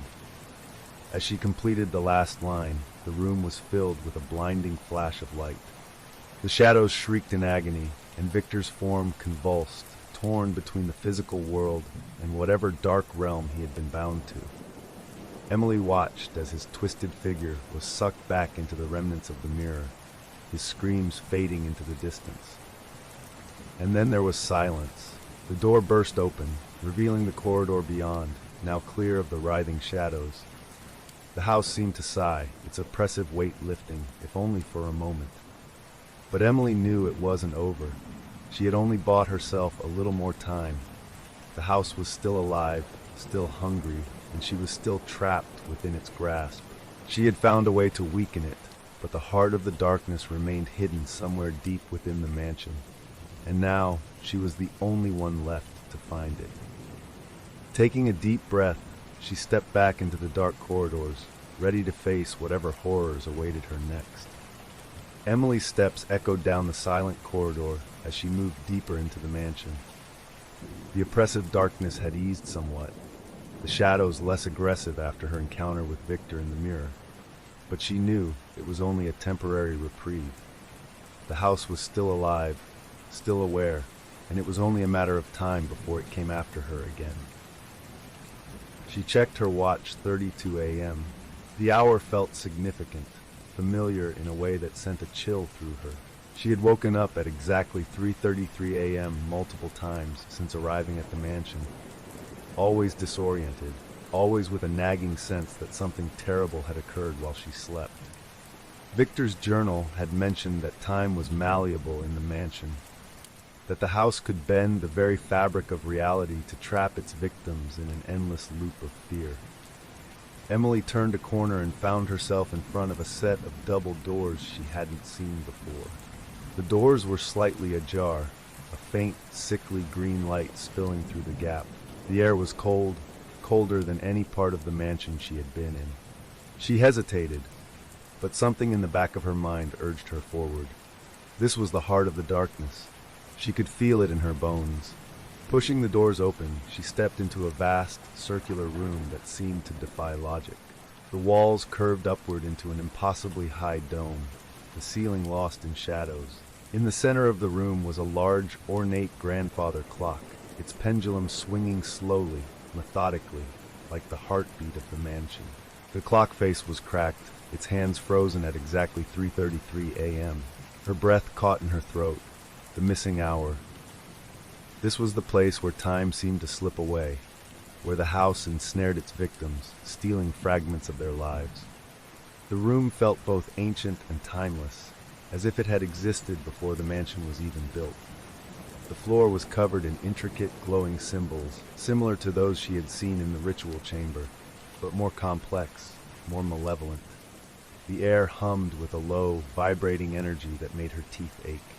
As she approached the clock, she noticed that the pendulum was not just swinging, it was glowing faintly, leaving a trail of greenish light in its wake. The whispers she had grown so used to hearing were absent, replaced by a deep, rhythmic pulsing that seemed to resonate in her chest, aligning with her heartbeat. Emily reached out to touch the clock, but as soon as her fingers brushed against the cold wood, the room erupted in a blinding flash of light. She staggered back, shielding her eyes, and when she opened them again, she was no longer alone. Standing in the center of the room was Victor Holloway, his form more solid, more real than before. His eyes blazed with an unnatural light, his face twisted with a mixture of triumph and fury. "Welcome to the heart of it all, Emily," he said, his voice reverberating through the chamber like a choir of tormented souls. "You've come so far, but you are too late. The house is awake, and you are the final piece it needs." Emily's heart pounded. "What do you mean?" she demanded, trying to keep her voice steady. Victor's grin widened, his skeletal fingers twitching at his sides. "This mansion was never just a house," he said. "It is a vessel, a gateway between worlds. Every sacrifice, every soul it consumes, strengthens the bridge between our reality and the darkness beyond. But it needs one more thing to complete the ritual, one more soul bound to the house to open the gate fully." He pointed a claw-like finger at her. "You, Emily, you are the key, your bloodline, your connection to those who built this place. It all culminates with you. The house has been waiting for you." Emily's mind reeled. She had thought she was just another victim, another pawn in the mansion's cruel game. But now she understood. She wasn't here by accident. She had been drawn here, lured into a trap set generations ago. The house needed her to complete whatever dark ritual Victor had started long ago. "No," she whispered, shaking her head. "I won't be a part of this. I'm not going to let you use me." Victor's laughter was a hollow, mocking sound. "You think you have a choice? The house already has its hooks in you. Every time you lost that hour, every time you woke up disoriented, it was taking pieces of you, binding you to its will." As he spoke, the grandfather clock behind him began to chime, a deep, resonant sound that echoed through the chamber. Emily's head swam, the sound pulling at her mind, threatening to drag her into darkness. She staggered, clutching her head, fighting to stay conscious. "You see?" Victor hissed, stepping closer. "The house is pulling you in. By the time the clock strikes 3:33 again, it will have you completely." Emily's vision blurred, the room around her twisting and warping. She could feel something inside her unraveling, as if the mansion were peeling away layers of her mind, trying to reach the core of her being. She had to act fast, or she would be lost forever. Desperation surged through her. She remembered the symbols she had drawn in the ritual chamber, the protective wards that had saved her from the shadows. There had to be a way to use them here, to disrupt the connection between the house and its source of power. With a sudden burst of clarity, she lunged for the glowing pendulum of the clock, yanking it with all her strength. The green light flared, and for a moment the whispers returned, a cacophony of screams that nearly drove her to her knees. "No," Victor screamed, his form flickering as if he were being torn apart. "You can't break the connection. The ritual must be completed." Emily ignored him, focusing all her energy on disrupting the symbols on the floor. Using the heel of her boot, she scuffed the lines, breaking the intricate pattern. The moment she did, the floor beneath her began to tremble, cracks spider-webbing outward. The clock's chime became erratic, like a heart struggling to beat. Victor howled in rage, lunging at her with outstretched claws. But as he reached her, his form began to dissolve, turning into black smoke. "You cannot escape," he screamed, his voice echoing through the collapsing chamber.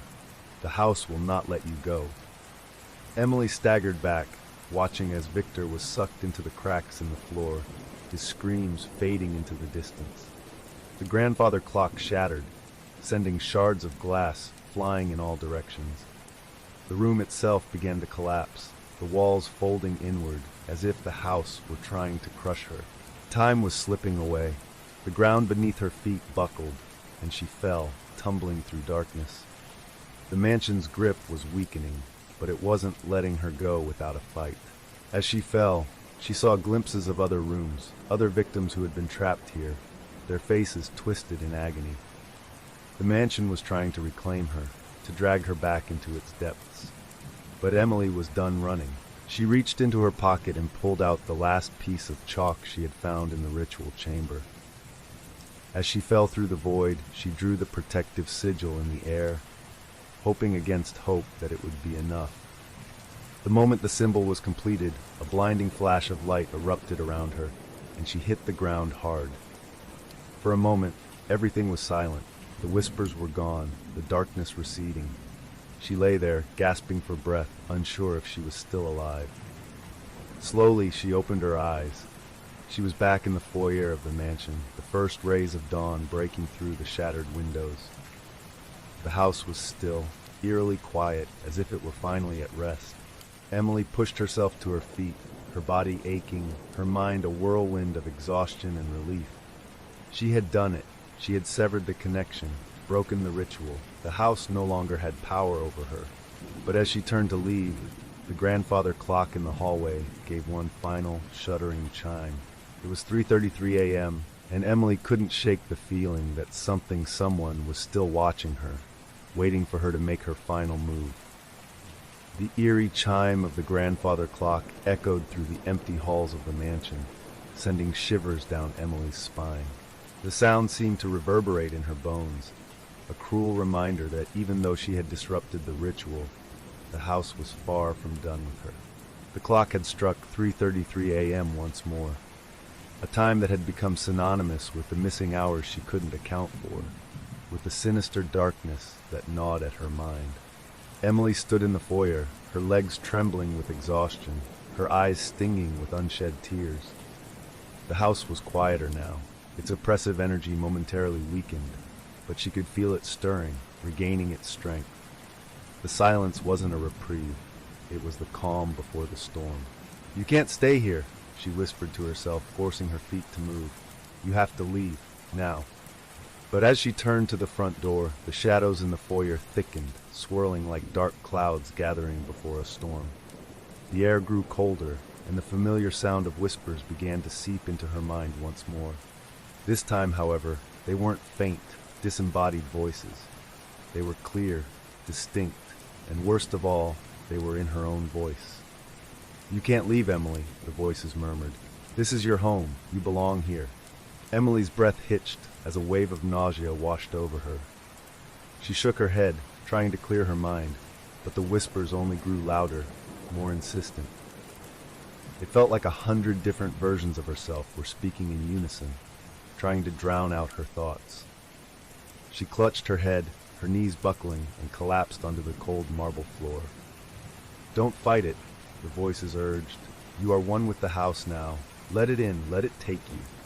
"No," Emily screamed, her voice cracking with desperation. She pressed her hands to her ears, but it did nothing to stop the onslaught of whispers. They weren't coming from the outside. They were inside her head, slithering through her thoughts like serpents, coiling around her memories, squeezing tighter and tighter. She needed to move, to get out of this house, but her body refused to obey. It was as if the mansion had reached inside her, taking control of her limbs, her very will. A sudden sharp pain lanced through her skull, and her vision blurred. For a horrifying moment she could see herself not through her own eyes, but from above, as if she were watching herself from the ceiling. "You see," the voices crooned, "we are becoming one." The floor beneath her began to ripple like the surface of a black lake, and Emily felt herself sinking, as if the house itself were swallowing her whole. She tried to scream, but her voice was gone, trapped in her throat. Darkness closed in around her, and she was falling into the depths of the house, where the shadows writhed and pulsed like a living thing. When she opened her eyes, she was no longer in the foyer. The room she found herself in was vast and cold, its walls covered in a thick layer of frost that seemed to glow faintly in the dim light. She recognized it instantly. It was the same room she had glimpsed in the shards of the shattered mirror, the one where her reflection had taunted her with that horrible, mocking grin. And now she was here, in the flesh. The walls of the room were covered in mirrors, each one reflecting different versions of herself. In one, she was standing still, her eyes wide with terror. In another, she was grinning maniacally, her teeth sharp and jagged. In yet another, her face was twisted in agony, her eyes hollow and lifeless. The reflections began to speak, their voices overlapping into a cacophony of madness. "Why do you resist? It would be so much easier to let go. You're already one of us, Emily. The house owns you. You're not real. You're just another shadow." Emily clutched her head, tears streaming down her face. She didn't know what was real anymore. Was she still herself, or had she become just another echo, another lost soul trapped in this hellish house? She tried to close her eyes, to shut out the nightmarish reflections, but they only grew louder, screaming her name, calling her to join them. "Focus, Emily," she whispered to herself, her voice barely more than a rasp. "You're still here. You're still you." She forced herself to her feet, her legs shaking like they were made of glass. The room seemed to shift and sway around her, the mirrors warping, stretching into grotesque shapes. She had to find a way out, to break free of whatever illusion the house had trapped her in. With a surge of adrenaline, she turned and ran toward the far end of the room, where she could see a faint, flickering light. The reflections screamed in rage as she moved, their glassy eyes widening with fury.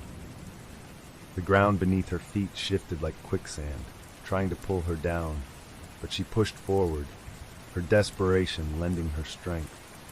The light led her to a narrow passageway that seemed to materialize out of thin air. She didn't question it, she just kept running, her breath coming in ragged gasps. The whispers were quieter here, more distant, as if the house were struggling to maintain its grip on her. Finally, she burst through another set of double doors and found herself back in the basement ritual chamber. The stone altar stood at the center, the remnants of the ritual she had disrupted still visible in the glowing symbols on the floor. But now, the symbols had changed, shifting and rearranging themselves into a new pattern, one she couldn't recognize. Victor's voice echoed through the chamber, low and mocking. "You think you can escape me, Emily? You are mine. The house has claimed you, body and soul." "No," she said through gritted teeth. "I won't let you take me." Victor's form materialized once again, but this time it wasn't just him. The shadows around him twisted and warped, taking on grotesque, shifting shapes, children with hollow eyes, twisted figures with faces contorted in agony, all reaching out for her. The ritual, the symbols. Emily realized with a jolt that the house wasn't just trying to possess her. It was trying to fully bind her soul, to turn her into another of its twisted guardians, like Victor. She was on the brink of becoming one of them, a puppet to be used to lure more victims into its depths. There was only one way to stop it. She grabbed the last remaining piece of chalk from her jacket pocket, her hands trembling, and began to draw a counter symbol on the stone floor.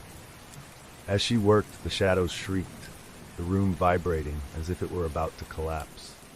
Victor lunged at her, his eyes burning with hatred, but she ignored him, focusing on the lines, the curves, the ancient words that would sever the bond.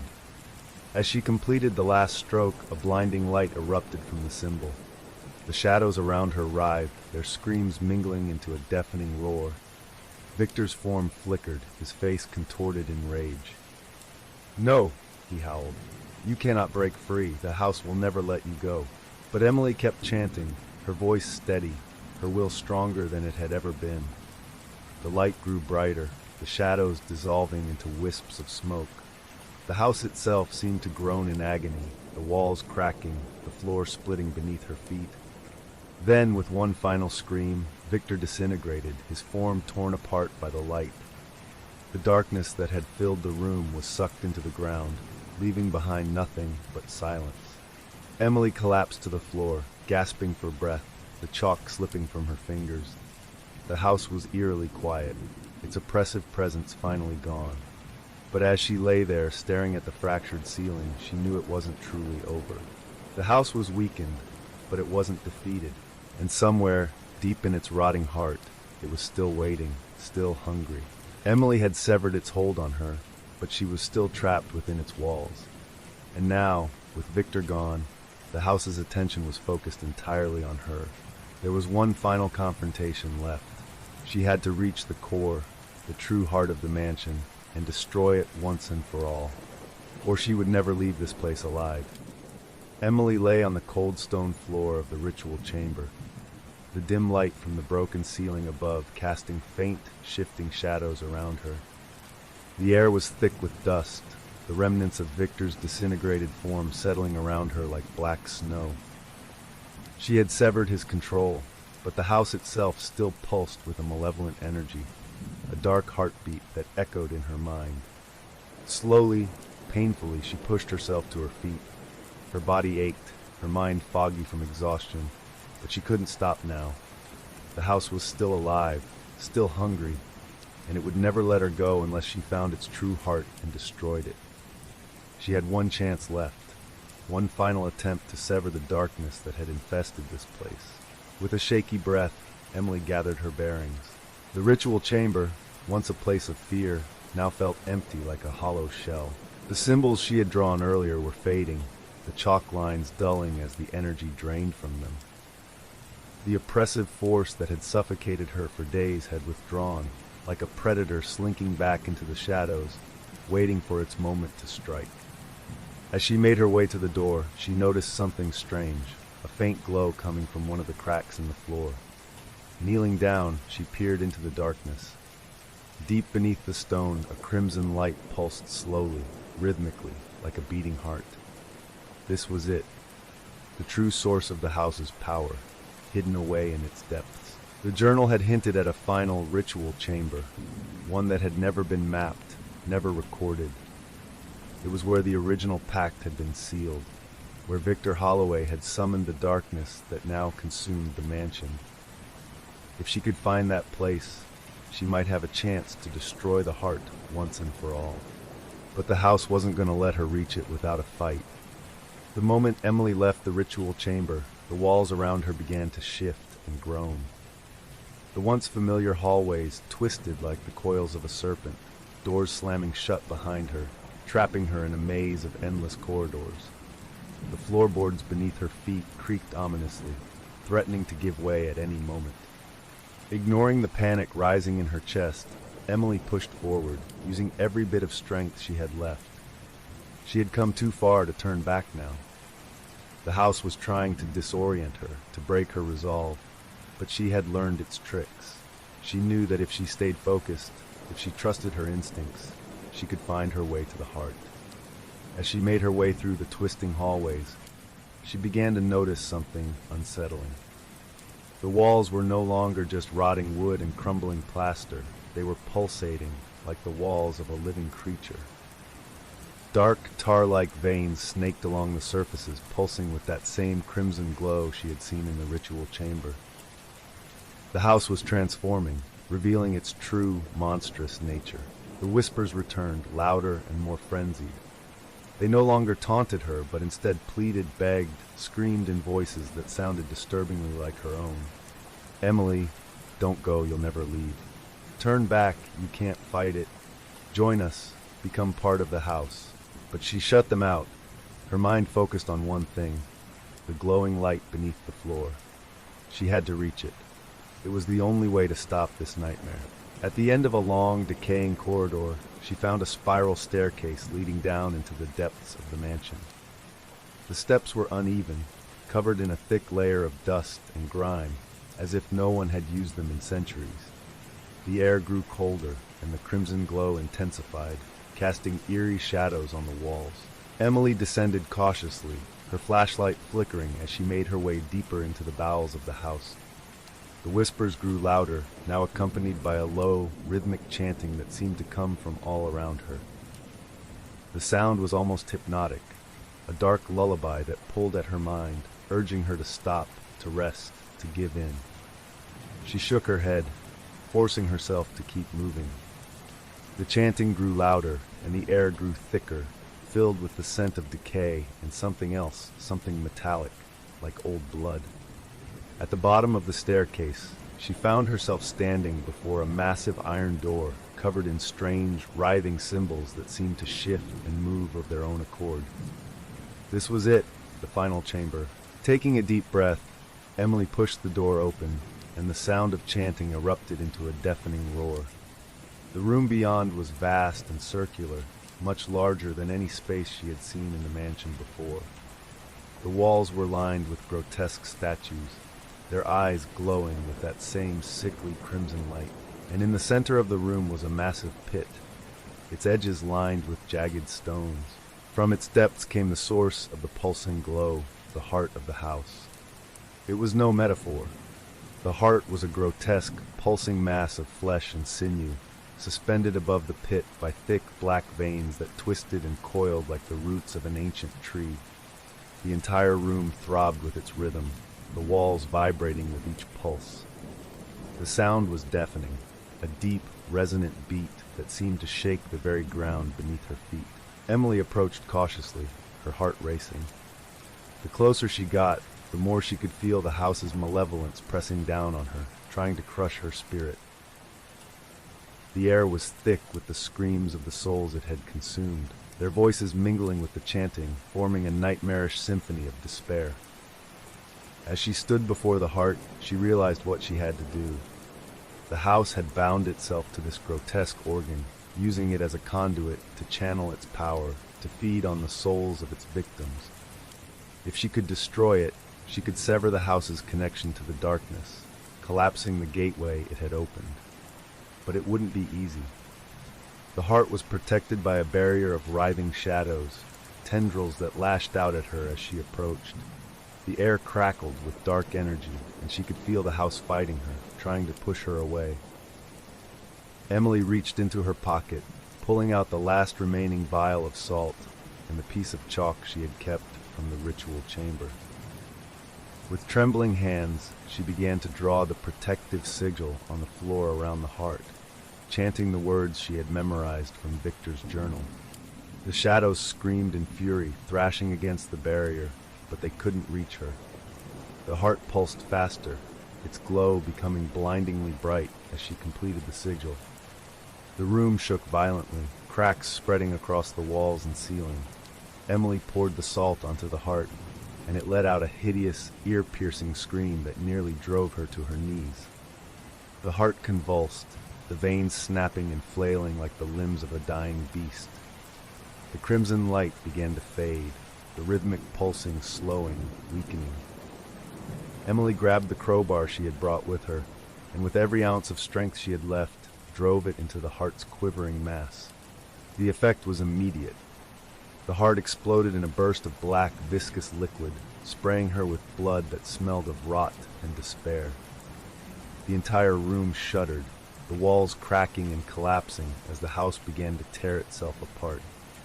The chanting stopped abruptly, replaced by the howls of rage and pain from the trapped souls as they were finally released. The ground beneath her feet gave way, and Emily fell, tumbling into the darkness below. The last thing she heard before everything went black was the sound of the house's dying scream, a sound so terrible it seemed to split the very air. Then there was nothing but silence. Emily's body hit the ground hard, and for a moment she lay there, unable to move, unable to think. Had she done it? Had she finally destroyed the house? Slowly, painfully, she opened her eyes. The crimson glow was gone, replaced by the faintest hint of dawn breaking through the cracks in the walls above. She had won, but at what cost? As she struggled to her feet, the house lay silent, its once living walls now nothing more than crumbling stone. She had destroyed its heart, severed its connection to the darkness, but she was still trapped inside. And somewhere, deep within the house's dying walls, she heard it, the faintest whisper. "We are not finished, Emily, not yet." The final confrontation awaited her, but she would face it as the sun rose, for the first time in days, breaking the darkness that had held her captive. Emily stood amidst the ruins of the mansion, the air heavy with dust and the stench of decay. The house was no longer the same entity that had tormented her for days on end. Its oppressive presence had weakened considerably, reduced to a mere echo. But despite the destruction she had wrought, she knew her ordeal was not yet over. The faint whisper she had heard, so soft it could almost be mistaken for the wind, still lingered in her mind. The first rays of dawn were breaking through the fractured windows, casting a weak, silvery light that cut through the darkness. For a moment, she allowed herself to believe that perhaps it was truly over, that she had won. But deep down, a gnawing doubt kept her from letting her guard down. The house was dying, yes, but it wasn't dead. Not yet. And she knew it would do everything in its power to take her down with it. Her body ached, every muscle screaming in protest, as she forced herself to move through the debris. The crimson glow that had filled the mansion was gone, replaced by a dull gray light that seemed to sap the color from everything around her. The walls no longer pulsed with life, and the whispers that had filled her mind had faded to a distant murmur, like the dying gasps of a wounded beast. Emily navigated through the rubble-strewn hallways, her flashlight flickering weakly. She needed to find the front door, to make her way out before the entire structure collapsed.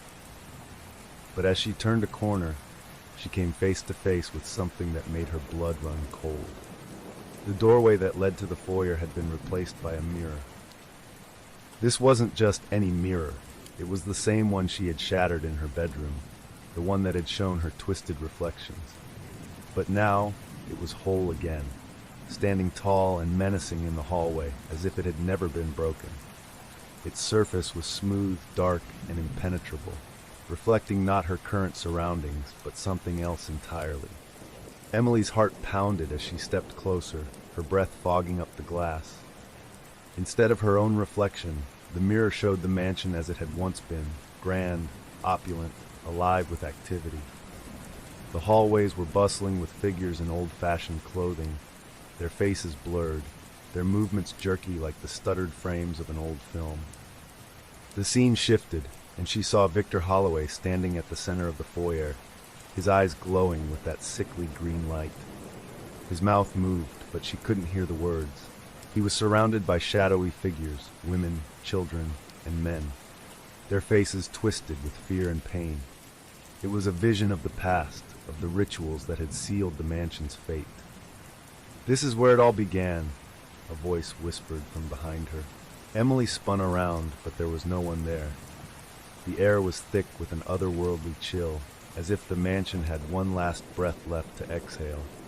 She turned back to the mirror, and to her horror, the reflection had changed again. Now it showed her own face, pale and exhausted, her eyes wide with fear. But behind her reflection there was movement. The shadows twisted and writhed, coalescing into the shape of Victor Holloway, his skeletal grin growing wider. His eyes locked onto hers, filled with a hunger that sent chills down her spine. "You think you can escape, Emily?" Victor's voice came from the mirror, echoing like a whisper in her mind.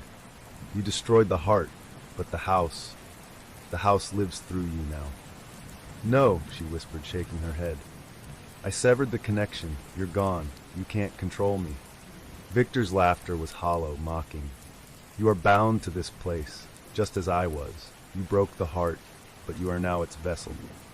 The house needs a soul to sustain it, and you are the perfect host." Emily's knees buckled as the realization sank in. By destroying the heart, she hadn't freed the house. She had merely transferred its essence into herself. She was now the vessel, the last anchor that kept the darkness tethered to this world. "No," she screamed, slamming her fists against the mirror. The surface rippled like water but did not break. "I won't let you use me. I won't let you win." Victor's grin widened.